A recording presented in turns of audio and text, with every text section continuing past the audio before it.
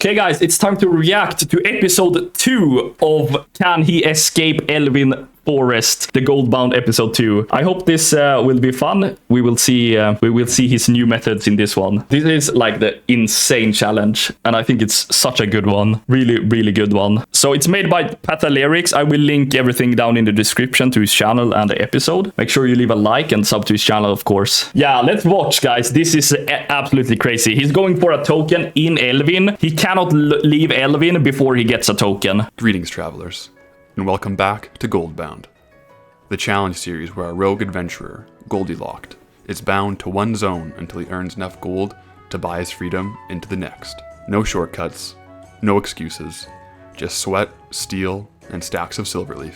We're following a mostly solo self-found path. Goldilocks can only obtain items through solo play within the zone. Questing, looting, gathering, and skilling. We can sell on the auction house, but we can't buy. Yeah, this is like the hardest part. You have to gather everything himself and cannot use the auction house to buy stuff. He can use it to sell, but he cannot buy stuff, and that makes it like insanely hard, because otherwise he could buy and profit, but now he has to farm everything himself, so it's gonna be a heck ton of farming. We cannot leave Elwynn until we've earned enough gold to purchase a live WoW token. Current price, 265,000 265k, yeah. That's NA prices. Last episode, we made our mark. Leveling up, clearing Elwynn's quests, and charting a path to profit. From rare spawns and herb loops, to pickpocketing bandits and mining copper veins, we started learning the rhythm of the zone, and the gold it's hiding. By the end, Goldilocks had just over 23,000 gold in the pouch. About 10% of the way to freedom. Yeah, so 24k, 10% to freedom. And he had, I think, 22 or 23 hours played after last episode. So like an average of like a K gold per hour. And that is just insane, because if he were going in this pace, it would take him like 260 hours then. But I think he has some tricks up his sleeve for sure. He must do. And that means it's time to return to Elwynn. One rogue, one zone, and one token standing between us and what lies beyond. Let the farming begin.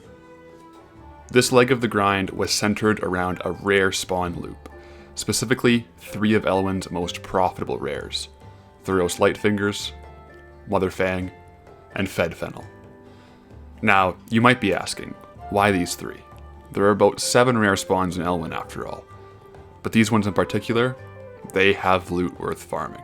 Let's start with Thuros. I've been farming those. He's got 2 drops for hunting: the Fingerless Gloves, and a little bit more rare, the Thuggish Shield.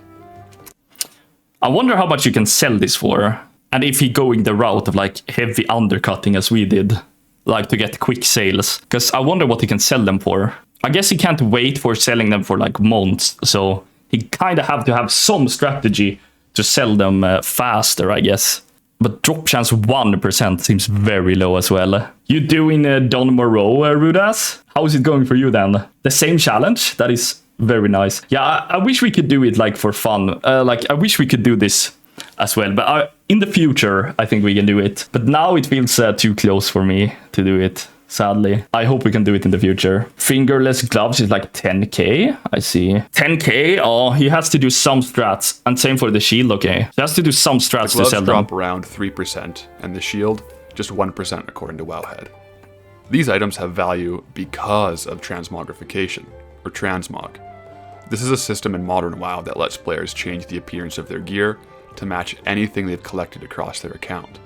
I feel like most people buy them for collecting though, and not for transmog, but maybe he says that. Some appearances are common, and they're shared across a dozen items, but others are totally unique. The Thuggish Shield, for example, is a one-of-a-kind design. So if a player is trying to complete their transmog collection, maybe using an add-on like All the Things, yeah, they simply need to get that shield. Yeah, and if they don't want to wait purposes. For a 1% drop on a 25 to 35 minute spawn, they go shopping. Some players will just... That is harsh though. 25-minute spawn, 1% drop. I can count the pixels on that shield. Yeah, it is not the best looking. That's an hella old shield. 1% on a 25% timer, that is gonna be hard to get. that is gonna be real hard to get. For the challenge, does it have to be a starter zone? Can someone allied race and start like in a different X pack? I think so, Solis, but I think like it's more entertaining, and I think the engagement is higher when he's doing in a starter zone because more people can relate to it. If we were doing it in like Dragonflight starting soon on an allied race, I think it would be less engaging. I feel more classic people can probably relate to this video because it's in Elwynn. So I think it's a great zone to start in. Just search the auction house by appearances they're missing. And if yours is listed, not in their collection, and the lowest price, you just might score a few thousand gold from a collector trying to fill out their wardrobe. We've been tagging Thuros on cooldown, flying around getting herbs, timing his respawn, because every kill is a shot at the jackpot. But Thuros is just one part of the rare trio, so let's take a look at the other two. Just past Stone Cairn Lake lies the second target in our rare loop, Fedfennel. Surrounded by a small troop of gnolls, this mini-boss doesn't look like much, but he's holding something sharp. You see, we're farming him for one thing, the Pale Skinner. A one-handed sword with a 1.7% drop chance, and a history that makes it Goldbound worthy. For starters, it was actually removed from the game for a while, completely unobtainable, before being re-added in patch 8.0.1. Now that's already enough to get some collectors interested, and the appearance is shared only with one other weapon, the Blackwater Cutlass from Deadmines. Oh yeah, that one. I remember I tried to farm this it's got that classic Pale Skinner as well a couple months back. A perfect finishing piece. I don't remember if I got it. Sea Dog Transmog. Now back in the day, the Pale Skinner actually had a special feature. It counted as a skinning knife. Sadly, that function is gone, but the value remains. Those are 3k gold? Yeah, probably region sale average, or like cheapest ones, yeah. Because here it seems to be 700 gold cheapest, but on his server it's way more. The auction house pricing puts it at an average of around 127,000 gold. Of course, players looking purely for the appearance might simply just go run Deadmines for the Blackwater version, but if you're a collector or you want the original, yeah, he's not gonna get that much for it. Value. Now, this isn't something you would expect to sell immediately, but if one did sell, that's nearly half a WoW token in. Removing skinning from a knife called Skinner, sometimes WoW does silly stuff. Yeah, but the thing is, you don't need to have a skinning knife anymore to be skinning, so I guess that is why. Back in the days, you actually needed to have the item in your bag. Nowadays, you don't. But it should be equipable as a profession equipment, though. That's quite sad. For sure it should have been, because you can equip the regular skinning knife and such now to your profession equipment. One swing. A single drop that could literally change the run. And that's 2 rares down, and 1 more to go. We moved southwest, into the darkest corners of Elwynn. The place, Jasper Lode Mine. Oh, and yeah. Buried within its twisting tunnels is a rare unlike any other. After brushing past a few kobolds who might have some interesting drops of their own, more on that soon, we reached our next mark, Motherfang, a spider rare tucked deep in the mine, and arguably the single most valuable mob in all of Elwynn Forest. There's one reason we're down here. Oh yeah, this has some insane rare item. Yeah. A leather chest piece with 0.61%. 0.6% drop chance and a completely unique appearance. Nothing else in the game looks like it. Because of that rarity, the value is massive, averaging nearly 179,000. This one I can see having some value. 0.61% chance of a rare drop. That is insanely rare to get, I feel like. And how many times? Oh, this one is hard to get. Those are worth 130k. Yeah, that I can actually understand, because 0.61% of a rare drop, that is going to be insane to get. You can equip it like a normal tool. Oh, so you could equip that one like a normal tool? Sansaful has uploaded another episode an hour ago, so now we are 2 behind. Nice, we can watch it some other day. Nice. Gold. 1 drop from the spider could get us more than halfway to our token goal. Goldilocks did what any self-respecting zone-locked rogue would do. We camped. Hard. We kept precise timers and rotated through spawn points. Over the past few days, we managed to rack up 30 to 50 kills on each of these rares. Shit. We didn't walk away empty-handed either. 30 to 50 kills. He's playing a lot for sure. But I guess he has to make the gold, but that is some time. 30 to 50 times, and it's 25-minute spawn timer. That's a hella lot. Fingers. We actually grabbed a few pairs of gloves, and we actually managed to pull the Thuggish Shield. This is our first big transmog win. Fed Fennel took a little bit longer. Region sale average, 95 silver. Aye. But eventually we carved out a Pale Skinner. And you better believe that's posted on the auction house already, alongside the Thuggish Shield. Also for 95 silver region sale average, I think it's said. And as for the Broodmother, we definitely didn't get enough kills to warrant getting one as for the drop rate. But while we were editing episode 2, I just swung back into Jasperlode Mine to grab some candid B-roll of her. You know, the ambience for the context. And of course, once the B-roll was secured, we couldn't just let her live. So we killed her again. And wouldn't you know it? No way. Freaking Broodmother characters dropped. He got Definitely it. below drop rate, but a massive W nonetheless. What is the sell rate of it? As well. These items are ultra rare, and the sell-through rates reflect that as well. According to Trade Skill Master, items like these sell less than 0.05 times per day. So in plain terms, they really don't move fast. But that's the game with Transmog. You stock the shell. Like, what is the sell rate of the carapace thing? If it is that hard to get. Most people who's collecting gotta buy that one of the auction house. Because it's so hard to get, right? You build the inventory, and you keep them posted on the auction house. Because when you've got 100 rare items posted, even a 1% sale rate means that something sells every couple of days. So no, we're not banking on these transmog items alone to buy our way out of Elwynn, but it's a foundation and a passive pipeline. But I wasn't ready to just sit in Stormwind waiting for sales. Jasperlode Mine has more to offer. There's something a little more primal. The grind. There's spiders, there's kobolds, and there's copper ore. So Goldilocks set out on his mission. 1 hour, clear the mine. Wait, he doesn't have mining in Earth. Try and see what kind of profits Elwynn is really hiding underground. If it moved, we shot it. If it sparkled, we mined it. Simple rules. This cannot be good gold per hour, just killing those mobs. But he should have probably had mining here. I wonder which professions he has now, like, on him. The ore nodes can spawn in here, I'm pretty sure. And they spawn pretty frequently in here, I think. Simple plan. Now, it's probably a good time to talk about the class we chose for this challenge. Rogue. Oh, he said he was mining. And Lord, let's my be bad. honest. For pure gold making efficiency, My bad. It's not exactly optimal. If you're looking to maximize your gold per hour, definitely go Druid. Their instant flight forms, for sure. gathering while flying, class teleports to Moonglade, and movement speed buffs make them the undisputed kings for farming. Not to mention Moonfire being pretty much a max aim aimbot for loot farms. Yeah, Druid is just absolutely king at farming. It's fun though that he didn't pick a Druid.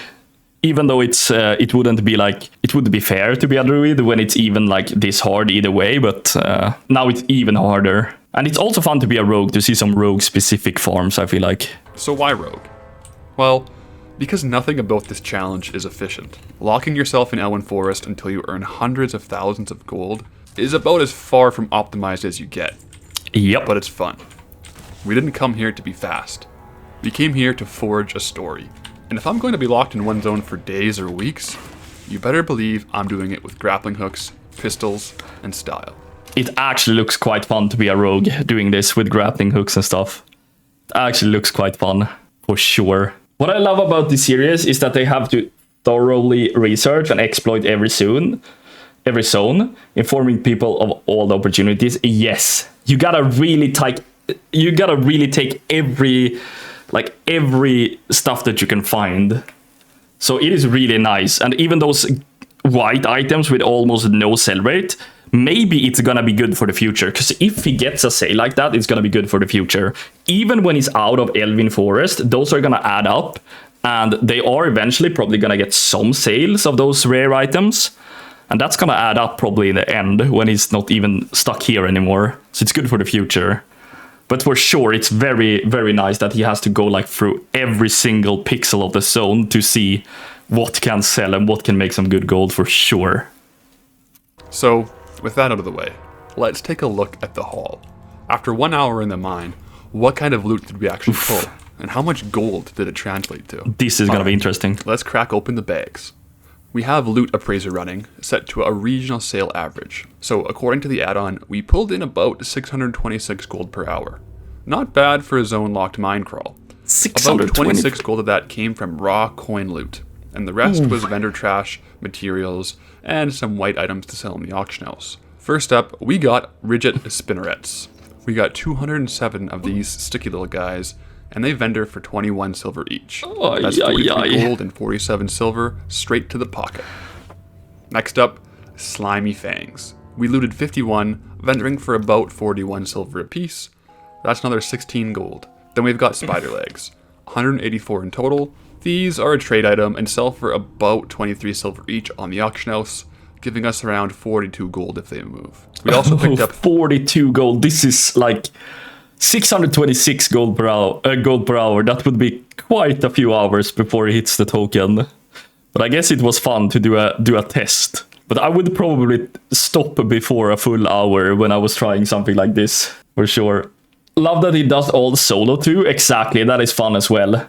Like, it's such a grindy challenge. It's such a hard challenge to finish. And that's, I guess, one of the reasons why people love it as well, other than it's like a very good content and very good made. But it's such grindy. This sounds like a classic challenge. Exactly. I think that is also why it is so popular, because this attracts both classic and retail players. And it's just amazing. Let's see what it does next here. But 626 gold for an hour. Oof, oof, oof. 35 large venom sacks. Not worth a ton, but we'll toss them up on the auction house and see if anyone bites. Toss in a handful of linen cloth, maybe worth 1 gold, and 29 copper ore from scattered mining nodes. Not huge, but hey, this is a mine after all. Now let's talk about the real gamble gear. The random greens and whites we got along the way. Some of them were from our 3 Motherfang kills, and others from kobolds scattered through the mine. And from Motherfang, we actually did pull in the web-covered boots. Oh, that is good. This is a rare item with a decent value tag, but a brutally low sale rate. We'll post it for sure, but I'm really not holding my breath. And we also picked up a few white. 0.02 though is like okay-ish sell rate. It's gonna sell very slow, of course, but it's like, at least it has a sell rate then. This item, for example, sharing too much appearances. So this is never gonna sell almost. But the other one was good item still. White items. Some with unique or semi-rare appearances, and if a collector's using the auction house to fill up their missing wardrobe slots, we might just get lucky. But there's something a little bit more consistent. The Kobold Mining Mallet. This one drops fairly often from the Kobolds in Jasperlode. It shares its appearance with the Rockshard Club and Kodo Mallet, so it's not exclusive. It has a solid average list price of over 1,000 gold, although the average sale price is only 37 gold. But more importantly, it is a 4% average daily sale rate, and that's huge in the world of low-volume transmog. It's not going to find a WoW token on its own, but posting a few of these can definitely move the needle if we sell a few for a couple hundred gold. For sure. This isn't a get-rich-quick scheme, but if we're already camping Motherfang, running loops through the mine for a few extra gold is absolutely worth the time. I wonder, like, he only got 29 copper ore for an hour in this mine. That is very little. I guess they don't respawn that often in the mine then, as I thought. I thought it was gonna be like ores all over the place. Like when you mine one, another one respawns, but I guess not. It's passive farming, and every little bit helps chip away at that WoW token toll.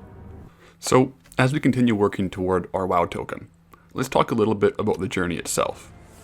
Right now, we're locked to Elwynn Forest, with Stormwind serving as our designated major city access, mainly for auction house and banking.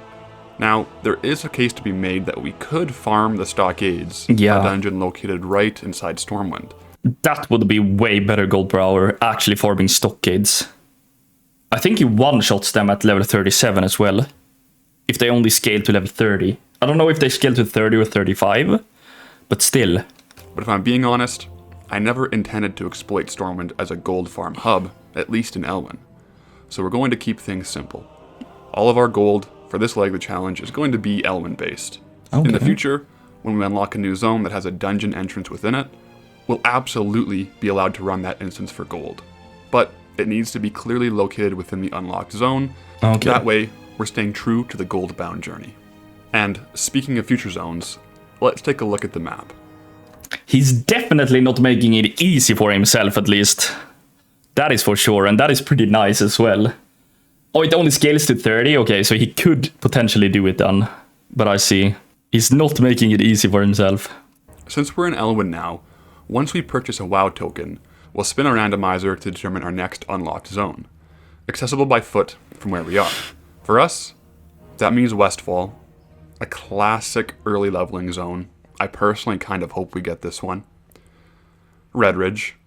This one would be interesting, but unfortunately there's no dungeons located in Redridge. Or another starting zone of Dunmoreau, accessible through the Deep Run tram. And speaking of the randomizer, be sure to comment and subscribe, because for every token that Goldilocks... Which zone would you like to get there when he randoms it? Is it Westfall then, so he can run Dead Mines? That has to be the best one to get. If you get Dead Mines, that unlocks, I guess, some opportunities. Dunmoreau is better. Is it? Yeah, it might be. Oh, Nomergan is... Oh, you get Nomergan as well. Yeah, you get Nomer in Dunmoreau, that's for sure. So, okay, so that is probably better. Because you can get some nice items from Nomer. And you have more rare drops. Yeah, I think West Dead Mines doesn't have any, like, insane transmog items. But Nomer should have quite a few. Duskwood has some good rares for BOE drops. Yeah, and that does Redridge as well, I know. And you have more rare drops. Yeah, I think Dunmoreau might be the winner. Instead of the second zone, I would pick the second zone on where I want the third zone. Duskwood to STV. Yeah, but he's doing a randomizer, so he's not gonna pick himself, which is making it even harder. But of course, I think Duskwood into STV would be huge for later zones then, but Dead Mines is in the Time Walking dungeon pool, so all items from there has dropped in a price a lot. Yeah, so Dead Mines is probably not that good. So Dunmoreau, but then you are stuck with getting Lochmodan, and that is not the best, I think. Lochmodan is decent. It has a lot of rares, but I think Lochmodan, like STV over Lochmodan, it gotta be right. He should use Nightbot as a randomizer, so it's rigged. Yeah, let's continue. It's gonna be fun to see what zone he gets in the future, but I would say Duskwood to STV for long term is maybe the best. But otherwise, Dunmoreau, I think. Wait, can he still farm the previous zones he's been? I think so. It's like he's unlocking a zone. Or maybe he is zone locked. That I haven't quite understood. Yeah, guys, of course, go to Pathalerix, linked in the chat. Go leave a like and a sub, of course. But let's continue watching the video. Block uses and activates, we'll be giving away a WoW token to a subscriber and commenter. Oh yeah, you can win giveaways as well. There are other ways out of Stormwind. Boats, portals, some of them lead far beyond Eastern Kingdoms and Kalimdor, into the realms of expansions, new content, current content, and floating rocks in the sky. But for now, it feels right to keep Goldilocks grounded, exploring these old zones in Eastern Kingdoms, and leaving those distant lands to a bigger unlock, perhaps behind something earned. So as many of you noticed, everything in Elwynn has been getting absolutely deleted ever since we hit level 35. And that's because when we started this character, Chromie time was off by default. I honestly didn't even know if this could be changed or altered, and was surprised that Elwynn scaled to level 35. But, as a few travelers in the comments pointed out, you can switch timelines and make the zone scale all the way up to level 71 if you talk to Chromie. Right now, we're only getting little scraps of experience from gathering herbs and ore, and no real progression on the level front. But here's the plan. I'm holding off on changing the timelines until we unlock the next zone. That way, when we step into new territory, we'll be able to turn it on, have scaled mobs, full XP, and actually quest through the zone. I don't know what would be beneficial to level up in Elwynn either. It doesn't really matter if he's higher level. Now it's just good to one-shot everything that he wants to kill, I guess. This should be faster. Okay, so probably he has to buy a token if he wants to go back to Elwynn then, like, for the next zone. That's not gonna happen, I guess, but he still needs to get back to the auction house. So is he only allowed to fly there then? Or what's gonna happen in the future? That's gonna be fun to see. We've already squeezed every quest out of Elwynn. Scaling it now would just mean I get more XP from farming herbs, and killing the rares. It just wouldn't feel right to hit max level in Elwynn.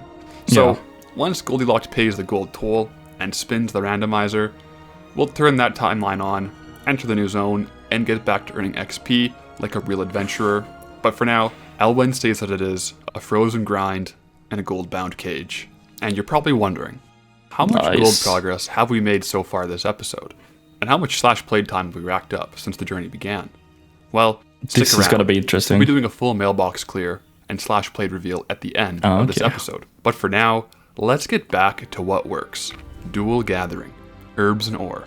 It's how we made our first gold, and it's still one of our most reliable methods. Okay, so it's changed to steady flying now from sky driving or whatever it's called.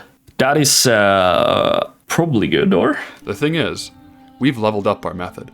Goldilocks getting smarter, faster. We've mapped out the zone and found some hidden secrets within Elwynn.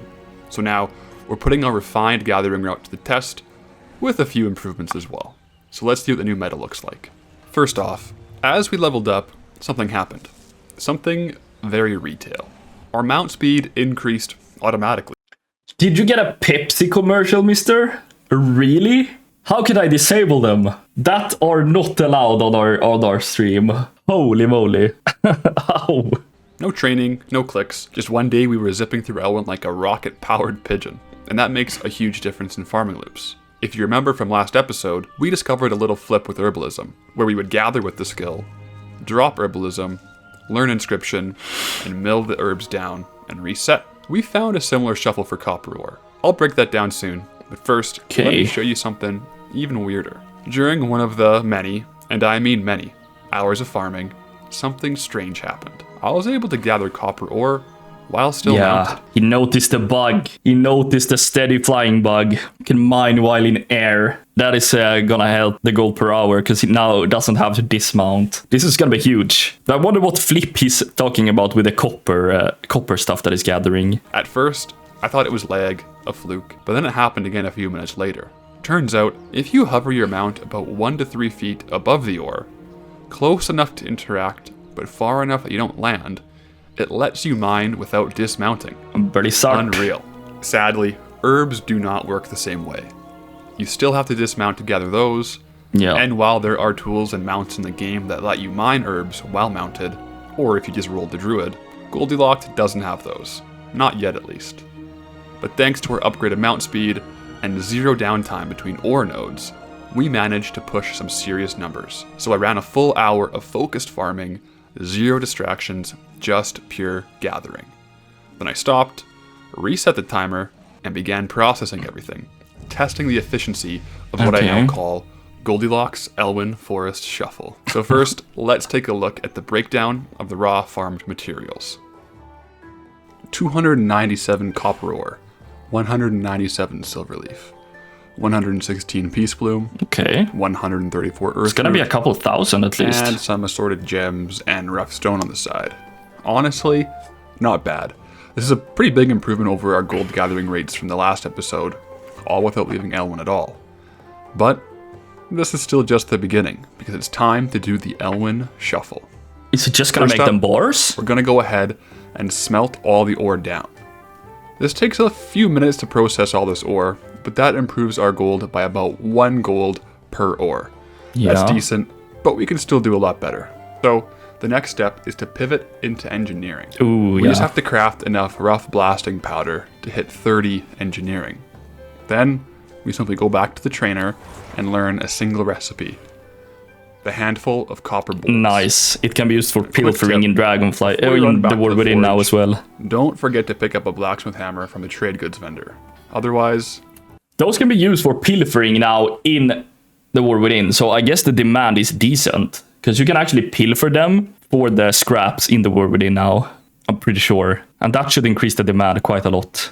And probably a lot of people leveling their professions now for the housing as well might affect it as well. So this is not a bad thing to do for sure. You'll just be running back again. Not exactly min-max, just minimal brain. From here it's simple. 1 copper bar will go into a handful of copper bolts. It takes a while, but these bolts... Again, after his video, price dropped. Can't get a permit though from bolts. Yeah, I know, but like if you only want some cheap, I don't know if they are cheap, but if you just want some scraps, I guess some people buy this if they are just the cheapest thing you can buy just to get some scraps. Even though it's probably not the cheapest per scrap, I can imagine everything is getting bought that is scrappable now. Bolts sell for 9 gold each. So running this simple 2-step process, we more than double the value of our copper ore. Oh, it's only 1 bar Sure, per it takes bolt, some yeah. time, but this is just some AFK time to watch YouTube in the background. And then we move on to the herbs. And this is the exact same herb shuffle that we've run before. Get inscription at level 1, just high enough to mill, pretty easy. And we make sure again, we're only milling what we have in our bags, even though there's some in our bank that we could technically mill. And for this, we're simply just converting the silverleaf, paste bloom, and earthroot into alabaster pigments so that we can sell. And as simple as that, after a few minutes of milling, the shuffle is complete. And now, we're sitting on 297 copper bolts, valued at around 9 gold each. Alongside that, we have 266 alabaster pigments, and these go for around 12 gold apiece. And that's a total process value of about 5,865 gold. That is huge though. Time to make that, just 1 hour and 21 minutes. And the good thing, he can actually get some AFK time in when he's crafting. Because I would get that feels good for him as well. To increase the gold by doing some AFK crafting. Instead of having to constantly just farm and farm and farm and farm. Now we could farm for a bit and then do some AFK crafting. Like semi-AFK, I guess, to increase the value. And not having to like constantly put in effort. Which must be a relief, for sure. That's farming and processing. Which, if you average it out, gives us a gold per hour of 4,300. That's not from flipping, not from rares, just gathering and refining in a starting zone. Now, to be fair, we'll likely sell some of these earth roots and copper ores raw, and we'll probably sell some of the copper ores as copper bars, but we'll try to sell the most of them as the bolts and as the pigments. This is just because the starting zone, the materials here, while they sell, they're still a little bit of slow movers, and sometimes it's better just to offload them quicker. But regardless of the split, this is hands down our most consistent farm so far. Yeah, that looked decent, like over 4k an hour. Now he's talking about some real gold. How many hours would that be? That would be like 60 hours or something to get the token for him. Not too bad. Not too bad. And it's going to be the method that brings in the most steady and predictable gold. And in a challenge where zone progress costs over 260,000 gold, we're going to need both. Now, I have heard some whispers. Rumors of a different kind of farm here in Elwynn Forest. One that could, allegedly, skyrocket our gold per hour. Yes. And apparently, it happens right here, in Goldshire. Unfortunately, an initial analysis suggests that we might need to pick up a realm transfer to Moonguard, and maybe even some, well, cosmetic enhancements. So for now, we're gonna go ahead and leave that particular gold farm to the professionals. Yeah. Or to Nat Pagel, if he ever stops fishing long enough to realize what's really biting in Goldshire. So, with a few hours of the Elwynn shuffle wrapped up, our bags were full, our bolts were stacked, and the pigments were ready to move. We squeezed just about every coin that we could out of the forest this week. At least Let's see how much he made. So, it's time. We'll head over to the Goldshire mailbox to check our mail, tally our coin. Peep show? Yeah, I wonder how much he would make on that per hour. But let's see now how much he's made. That's gonna be very interesting to see. And see just how far this forest has pushed us towards that 261,000 gold total. Let's get right into it. We'll open up the mailbox and start collecting. Oof, 25k already. Master only shows the first 100. We can already see a ton of alabaster pigments, some miscellaneous trade goods, lots of handfuls of copper bolts, and somehow even a few frayed knots. We'll go ahead and open up all of this. And boy, oh boy, after hours and hours of farming, the dopamine of watching it all flow into the inventory is definitely the best feeling, right guys? The best feeling. Sound, yeah.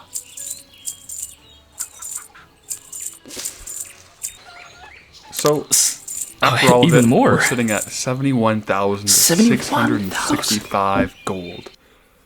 But what about the... That is not bad though.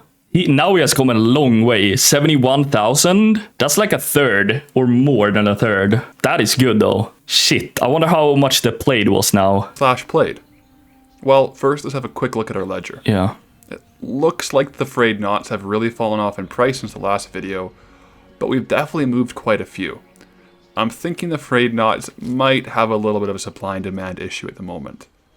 There's still a ton of alabaster pigments moving, but unfortunately, no big ticket transmog items yet. All in all, even to vendors and to the auction, the add-on is saying we've sold over 11,000 items. 11,000. And let's take a look at the slash played for all of that. 2 days, 3 hours. Yeah, 51 hours is well above 1k per hour now then. Let's do the math. That's around 1,405 gold per hour. Yeah, it's better Not than bad, before. But I better get back to work. So here's episode 1 if you haven't caught it yet. And also, here's episode 3 once it's released. Go with honor, friend. Yeah, guys, as always, the best challenge video, guys. Holy moly. Insane. Crazy good. Crazy good. And it's nice to see he makes a lot of progress. It's gonna be fun to watch. It's gonna be fun to watch the future episodes as well. Guys, make sure you go to Pathalerix, leave a like and sub, of course, if you haven't already. I guess you already have, but this challenge is crazy. Very nice.